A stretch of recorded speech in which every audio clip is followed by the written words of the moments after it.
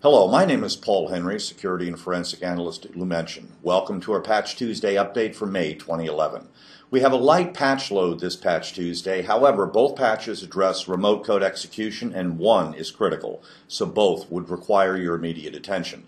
The critical patch, MS11-035, Vulnerability in Wins, addresses an issue with all supported versions of Windows Server, 2003, 2008, and 2008 R2.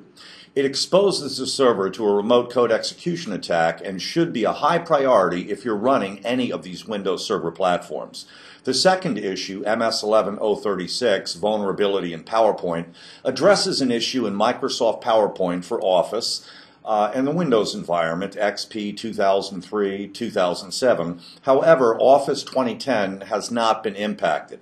It's important to note that this also impacts Microsoft Office for the Mac platform. Of further note are the recent changes to the Exploitability Index, which now reflects the likelihood of a vulnerability becoming the subject of an attack in the next 30 days. In addition, there's an entirely new component called the Denial of Service Risk Score that can be used to determine the risk of a vulnerability becoming the subject of a denial of service attack. More details on these changes to the Exploitability Index can be found on the Microsoft TechNet blog. And while it is Microsoft Patch Tuesday, as usual, Microsoft products are not the only ones that require the flaw remediation department's attention. Other issues include a brand new Day Zero vulnerability recently discovered by ViewPen for Google Chrome.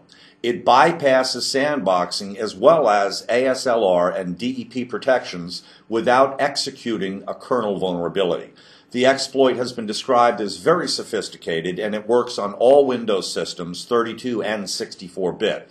A YouTube video of the exploit has been published by ViewPen on YouTube. Also yesterday, we learned that Skype issued a patch for a security hole in its Skype 5 client for the Mac. The discovered vulnerability would have allowed potential attackers to build a self-replicating worm targeting Mac OS X and giving up root. With today's acquisition news of Skype by Microsoft, it seems that we'll be hearing about patches for Skype on the second Patch Tuesday of the month from now on.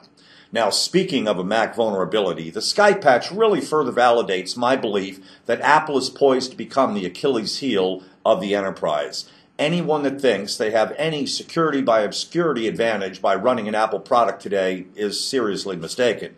You're no longer safe simply because you use an Apple product. The recent discovery of a do-it-yourself crimeware toolkit that specifically targets Macs and a brand new fake AV called Mac Defender that specifically targets Mac OS is much more than writing on the wall that Apple products have finally gotten the attention of the bad guys. This is a flashing neon sign with a loud clanging bell. This has been our Patch Tuesday update for May 2011. Thank you for listening.